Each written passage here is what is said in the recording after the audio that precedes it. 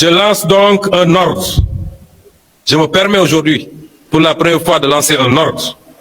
L'ordre du devoir sacré à la grande famille patriotique. Cet ordre, c'est de consolider la grande armée civique de PASTEF avec l'objectif d'1 million d'adhérents actifs en fin 2026. Chaque carte est un engagement pour la démocratie, pour la liberté et pour la réussite du projet. Cet ordre, c'est la vitalisation de 10 000 cellules de PASTEF et de vigilance citoyenne dans chaque quartier, chaque village. Soyez les sentinelles de l'éthique, de la bonne gouvernance et de la souveraineté.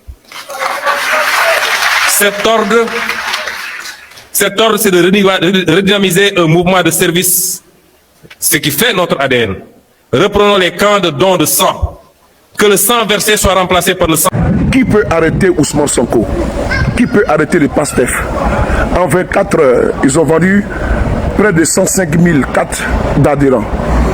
En 24 heures, frères et sœurs, c'est une machine inarrêtable. C'est là où certains veulent s'aventurer à se faire broyer. Oui, le PASTEF est inarrêtable. Sama carte, sama bracelet. Suba lañu koy lancer, suba lañu xam kan moy kan. Suba lañu xam ñan ñoy patriote yi, suba lañu xam ñan ñoo engagé ngir bokk ci parti bi ñuy wax PASTEF. Gis-gis yu bees, doxalin yu bees, innovation yu bees ci biir parti PASTEF les patriotes. Gars yi woote am na xaare amul. Dafa am ku ne PASTEF manul. Ce Sénégal est le vôtre, il n'est pas le Sénégal d'Ousmane Sonko. Il n'est pas le Sénégal de tous ces vieux qui ont tout échoué et qui veulent aujourd'hui vous manipuler pour revenir. C'est pas le Sénégal. Donc, chers jeunes, nous allons ensemble réussir la révolution que nous avons promis, que nous nous sommes promis nous-mêmes, que nous avons promis au peuple sénégalais, que nous avons promis au monde entier. Une révolution se construit dans la durée. Une révolution rencontre des difficultés et des soubresauts. Le temps est le meilleur juge et le temps jugera qui est révolutionnaire et qui... Nous, on se concentre sur l'Union. On a un objectif de 1 million. On va atteindre cet objectif-là. On a nos stratégies en interne. On sait exactement ce qu'on fait. Mais en tout cas, ce que je peux assurer, c'est que les chiffres qu'on va atteindre, ben partis politiques en Sénégal et même au Sénégal et même peu de partis politiques en Afrique l'ont réussi. Donc, PASTEF, c'est l'Union innovation, défi, challenge, c'est là que nous continuons. Vraiment, ça doit être quelque chose, surtout sur les derniers PASTEF, quelque chose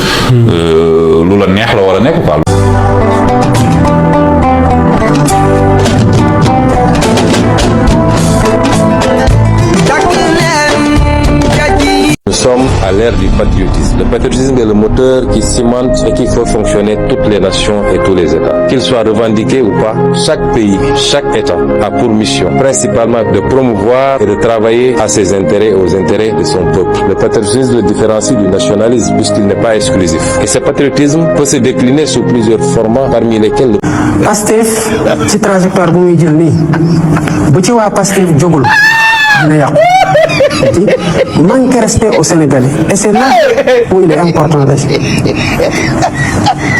suñu objectif de d'enrôlement carte électorale carte de membre PASTEF suñu objectif ñaata la loolu objectif la amoon nañu fi objectif 500 000 bi ma nekkee le secrétaire général nous n'avions pas 100 000 kon 1 million boobu mën na ko sax duñ ko matal. Je suis Sophie Zingassi, membre du MONAP, Mouvement national des artisans patriotes, et chargée de la stratégie de la planification et du suivi.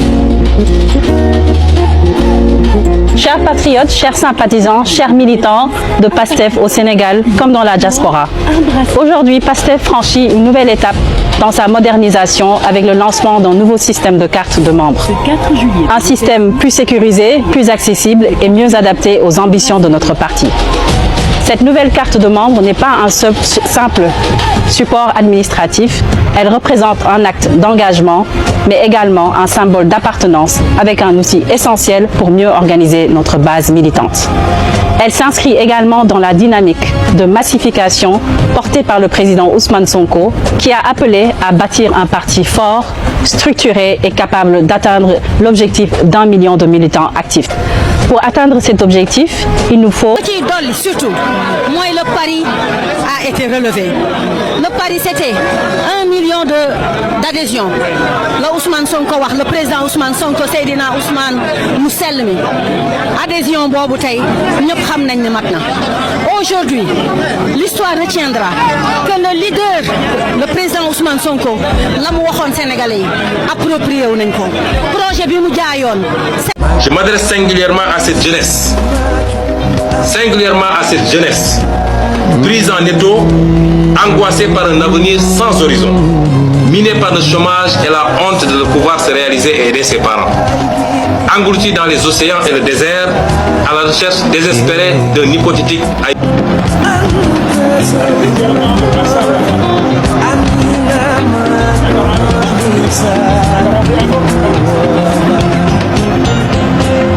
Nous sommes à l'ère du patriotisme. Le patriotisme est le moteur qui cimente et qui fait fonctionner toutes les nations et tous les États. Qu'il soit revendiqué.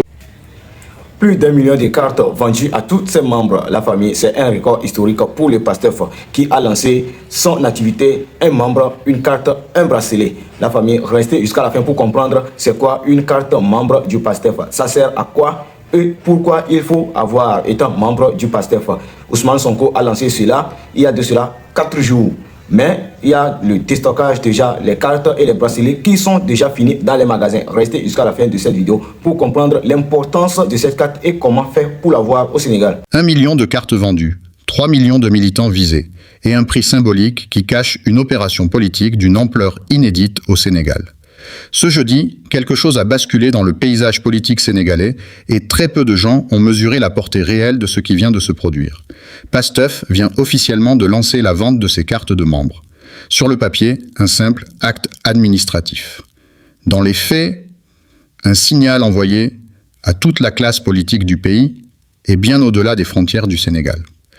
Pourquoi un parti déjà au pouvoir, déjà à la tête de l'État, déjà en position de force à l'Assemblée nationale, ressentirait-il le besoin de remobiliser sa base de cette manière à ce moment précis? La réponse ne tient pas du hasard. Elle s'inscrit dans une stratégie de long terme, pensée pour les échéances de 2027 et de 2029. Revenons sur les faits. La carte de membre est proposée à 1000 francs CFA, un montant volontairement symbolique, presque dérisoire comparé aux enjeux qu'il représente. Ce prix n'a pas été choisi au hasard. Il permet à chacun, quel que soit son revenu, de participer à cette dynamique. Aucune barrière financière, aucune exclusion. Juste une adhésion à la portée de tous.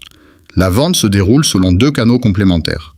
D'un côté, un dispositif physique déployé dans les départements, à commencer par Dakar, où des équipes ont été mobilisées pour recueillir les adhésions sur le terrain. De l'autre, une plateforme en ligne, pensée pour toucher la diaspora et les citoyens qui ne peuvent se déplacer. Cette double approche n'est pas un détail technique. Elle traduit une volonté claire de ratisser large sans laisser personne de côté. L'objectif affiché est de vendre 1 million de cartes. Mais très vite, dans les échanges autour du lancement, il apparaît que ce chiffre n'est qu'un plancher. Les responsables du parti évoquent désormais un objectif revu à la hausse, dépasser le million de cartes vendues et surtout atteindre plus de 2 millions de militants actifs et identifiés. Un chiffre qui, si on le compare à la population sénégalaise, représente une part considérable de l'électorat potentiel. Et ce n'est pas tout. Certains évoquent un objectif encore plus ambitieux, un minimum de 3 millions de personnes touchées, un chiffre qui dépasse largement les standards habituels de ce type d'initiative en Afrique de l'Ouest. Ce qui rend cette opération encore plus intéressante, c'est la manière dont elle est perçue sur le terrain. Dans plusieurs quartiers de Dakar, des files se sont formés. Des citoyens, parfois avant même l'ouverture officielle des points de vente, réclamaient déjà leurs cartes. Ce n'est pas le parti qui court après les militants. Ce sont les militants qui courent après le parti. Ce détail change tout dans la lecture politique de l'événement. D'ordinaire, ce sont les partis qui multiplient les opérations de charme pour convaincre une population méfiante ou désabusée. Ici, la dynamique est inversée. Et selon plusieurs observateurs, cela démontre une chose. Les citoyens sénégalais sont en avance sur leur classe politique. Ils n'attendent pas d'être convaincus. Ils sont déjà convaincus. Ce phénomène s'explique en grande partie par l'attachement qu'une large partie de la population sénégalaise porte au projet incarné par le président Ousmane Sonko.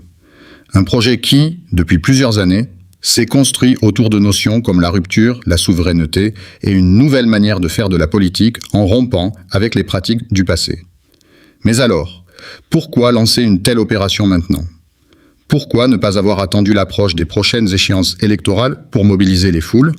La réponse tient en un mot, anticipation. En politique, une base militante ne se construit pas en quelques semaines. Elle se construit dans la durée par un travail de terrain, de recensement, de structuration. En lançant cette opération dès maintenant, PASTEF ne cherche pas seulement à vendre des cartes. Le parti cherche à cartographier précisément sa force réelle, département par département, quartier par quartier. Cette carte de membres n'est donc pas un simple objet symbolique. Elle devient un outil politique redoutable. Elle permet d'identifier les militants, de les structurer, de les mobiliser au moment voulu. Elle transforme une sympathie diffuse en engagement concret, traçable, quantifiable. Et c'est précisément ce point qui inquiète les adversaires politiques du parti. Car un mouvement capable de mobiliser plusieurs millions de personnes autour d'une simple carte à 1000 francs est un mouvement qui, en cas de confrontation électorale, dispose d'une force de frappe considérable. Certains responsables du parti n'ont d'ailleurs pas hésité à qualifier ce lancement de moment charnière pour l'histoire politique du Sénégal. Un moment qui, selon eux, marquera un tournant dans la manière dont les partis politiques sénégalais construisent leur base militante. Mais au-delà des chiffres et des objectifs stratégiques, il y a une dimension plus profonde, plus émotionnelle dans cette opération. Pour de nombreux citoyens qui ont fait la queue pour obtenir leur carte, ce geste dépasse la simple adhésion partisane. Il représente un symbole, le symbole d'un espoir. L'espoir d'une souveraineté retrouvée, l'espoir d'une rupture réelle avec les pratiques d'un passé encore présent dans toutes les mémoires. Ce combat pour la rupture et la souveraineté africaine, le parti le rappelle, ne date pas d'hier. Il s'inscrit dans une trajectoire entamée depuis plusieurs années, portée par des convictions affirmées bien avant l'arrivée au pouvoir. Alors, cette carte à 1000 francs, symbole dérisoire pour certains, est-elle en réalité en train de redessiner silencieusement les rapports de force politique au Sénégal à quelques années d'échéance électorale décisive ? Il faut comprendre le contexte de cette opération. Depuis l'accession au pouvoir, le parti a traversé des séquences tendues, tensions internes, ajustements gouvernementaux, critiques sur la gestion économique. Certains observateurs attendaient un essoufflement de la ferveur populaire. C'est l'inverse qui se produit. Cette opération agit comme un thermomètre politique grandeur nature. Elle permet de mesurer le niveau réel d'adhésion populaire, loin des sondages contestés et des débats de plateaux télévisés. Le message qui remonte du terrain est sans ambiguïté. La base est toujours là, renforcée. Du côté de l'opposition, les réactions ne se sont pas fait attendre. Certains dénoncent une communication savamment orchestrée, destinée à masquer les difficultés économiques et sociales du pays. D'autres, plus mesurés, reconnaissent que cette stratégie repose sur une réalité de terrain difficile à contester. Des files d'attente bien réelles, des citoyens mobilisés de leur propre initiative. Il y a aussi une dimension régionale à ne pas négliger. Dans le contexte actuel de recomposition géopolitique en Afrique de l'Ouest, marqué par les débats autour de la CEDEAO et la montée des discours souverainistes, le Sénégal occupe une position particulière entre maintien institutionnel et discours panafricanistes assumés. Cette mobilisation dépasse largement les frontières sénégalaises. Elle est observée par des mouvements similaires dans la région qui y voient un modèle reproductible pour structurer des bases militantes autour de projets souverainistes. Certains diront que 1000 francs, ce n'est presque rien. Mais c'est précisément cette accessibilité qui fait la force du dispositif.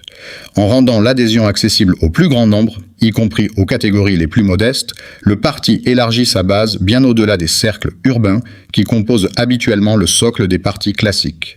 La diaspora sénégalaise semble elle aussi particulièrement réceptive.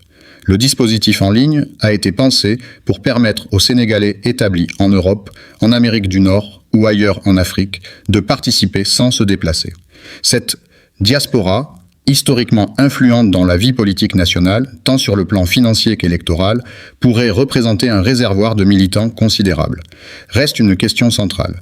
Ce chiffre de plusieurs millions de militants suffira-t-il à garantir une victoire électorale en 2027, puis en 2029 ? Rien n'est jamais acquis en politique, et l'histoire récente du Sénégal a montré à quel point les rapports de force peuvent basculer rapidement. Mais ce qui semble certain, c'est que cette opération marque une étape structurante dans la consolidation du parti, transformant une adhésion populaire spontanée en organisation méthodique. Ce que nous allons vous révéler dans la suite va vous éclairer sur les véritables enjeux cachés derrière cette opération, sur les réactions en coulisses au sein même du parti et sur ce que cela signifie réellement pour l'avenir politique du pays. 6 juillet, 10h11. Olavib. Derrière les chiffres officiels, il y a une réalité que peu de médias ont racontée jusqu'ici. Ce qui se joue vraiment dans les coulisses de cette opération de carte de membres, et pourquoi certains, au sein du parti, la considèrent comme la manœuvre politique la plus importante depuis l'arrivée au pouvoir. Reprenons où nous nous étions arrêtés. Cette carte à 1000 francs, en apparence anodine, est la pièce centrale d'une stratégie électorale construite sur plusieurs années. Pour comprendre pourquoi, il faut regarder au-delà du simple acte d'achat. Chaque carte vendue correspond à une donnée enregistrée. Un nom, une localisation, un contact. Multipliez cela par plusieurs millions de personnes et vous obtenez une base militante d'une précision inédite dans l'histoire politique récente du pays, permettant de mobiliser des électeurs de manière ciblée, quartier par quartier. C'est cette dimension organisationnelle qui inquiète le plus les adversaires du parti. Il ne s'agit plus seulement de popularité, mais de structuration. Et en politique, la structuration bat souvent la popularité seule. Plusieurs figures du parti ont d'ailleurs insisté sur cette dimension. Selon elles, l'objectif n'est pas uniquement de préparer 2027 ou 2029, mais de construire un mouvement capable de porter la voix du peuple à l'Assemblée nationale de manière durable, transformant un succès ponctuel en ancrage installé sur le long terme. Mais alors, comment expliquer cette adhésion massive et spontanée d'une partie de la population sans qu'aucune pression apparente ne soit exercée? La réponse se trouve du côté de l'émotionnel autant que du politique. Pour beaucoup de Sénégalais, cette carte n'est pas qu'un document administratif. C'est un symbole tangible d'appartenance à un projet qu'ils considèrent comme historique. Le mot qui revient sans cesse dans les témoignages recueillis est celui de rupture. Rupture avec les pratiques politiques du passé. Rupture avec une gouvernance perçue comme éloignée des préoccupations populaires.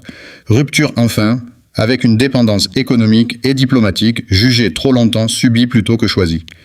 Ce discours de souveraineté, porté depuis des années par le président Ousmane Sonko, trouve dans cette opération une caisse de résonance particulièrement puissante.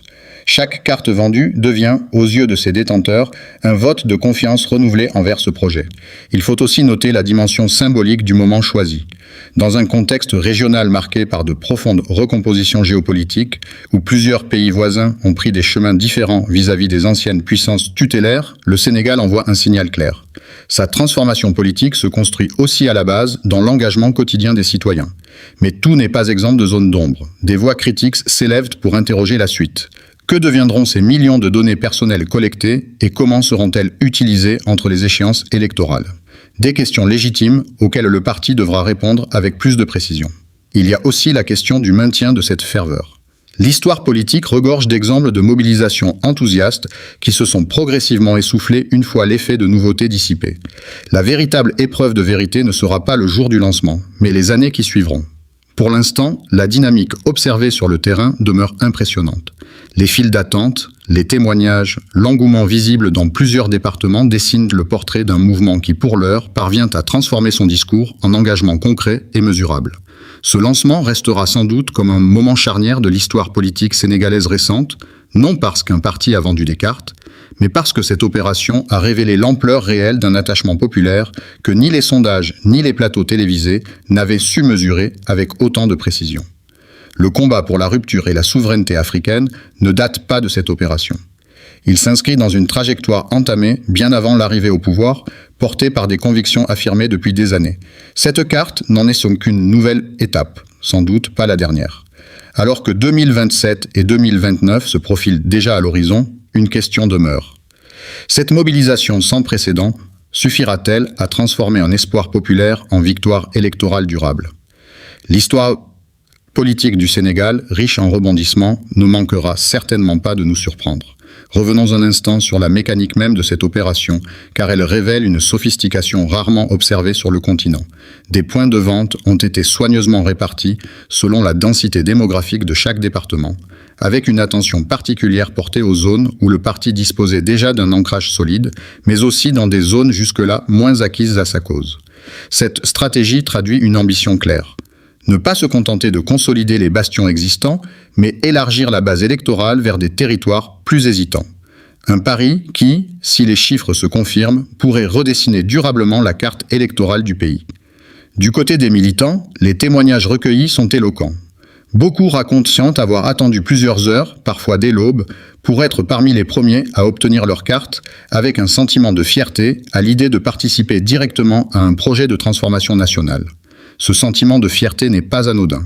Il s'inscrit dans une dynamique bien connue des spécialistes de la mobilisation politique, celle de l'appartenance identitaire. Lorsqu'un citoyen ressent que son adhésion dépasse le simple soutien électoral pour devenir une part de son identité, la fidélité qui en découle devient beaucoup plus difficile à ébranler, même face aux difficultés conjoncturelles. C'est précisément cette dimension identitaire que semblent avoir su capter les stratèges du parti en transformant une simple carte de membre en symbole d'appartenance à un projet historique de souveraineté et de rupture. Il convient aussi de s'interroger sur la perception internationale de cette opération. Plusieurs chancelleries occidentales observent avec attention l'évolution politique du Sénégal. Une mobilisation populaire de cette ampleur enverra un signal fort quant à la légitimité du projet porté par les autorités actuelles, un argument qui pourrait peser dans les négociations diplomatiques et économiques à venir. Sur le plan économique, certains y voient une démonstration de la capacité du pays à mobiliser ses propres ressources plutôt que de dépendre d'appuis extérieurs. Une contribution minime individuellement, mais considérable une fois agrégée à l'échelle nationale. Reste à savoir comment cette énergie sera canalisée, formation citoyenne, réseau de solidarité locale ou simples listes électorales dormantes jusqu'à la prochaine campagne. La réponse déterminera si l'opération restera un coup de communication ou le socle d'une transformation durable. Pour l'instant, les responsables du parti se veulent ambitieux. Ils promettent des structures locales pérennes, capables d'accompagner les militants au-delà des périodes électorales, un discours qui, s'il se concrétise, changerait durablement la relation entre parti et base militante. Il ne faut pas non plus sous-estimer l'effet d'entraînement sur les indécis. Face à des files d'attente massives relayées sur les réseaux sociaux, des citoyens hésitants pourraient rejoindre le mouvement par entraînement collectif ou par crainte de rester en marge. Cette mécanique explique peut-être pourquoi les chiffres dépassent déjà les objectifs fixés. Alors que 2027 et 2029 se profilent à l'horizon, une question demeure centrale. Cette mobilisation suffira-t-elle à transformer un espoir populaire en victoire durable ou s'agit-il d'un feu de paille aussi impressionnant qu'éphémère ? L'histoire politique du Sénégal, riche en rebondissements, ne manquera pas de nous éclairer. Une chose en tout cas semble déjà acquise. Ce jeudi restera dans les mémoires comme le jour où des millions de Sénégalais ont choisi, pour 1000 francs symboliques, d'écrire eux-mêmes une nouvelle page de leur histoire politique. Une page qui ne fait sans doute que commencer. Si cette analyse vous a permis de comprendre les enjeux cachés derrière cette opération, partagez-la et dites-nous en commentaire. Cette mobilisation tiendra-t-elle jusqu'en 2027 ou s'agit-il d'un feu qui finira par s'éteindre ?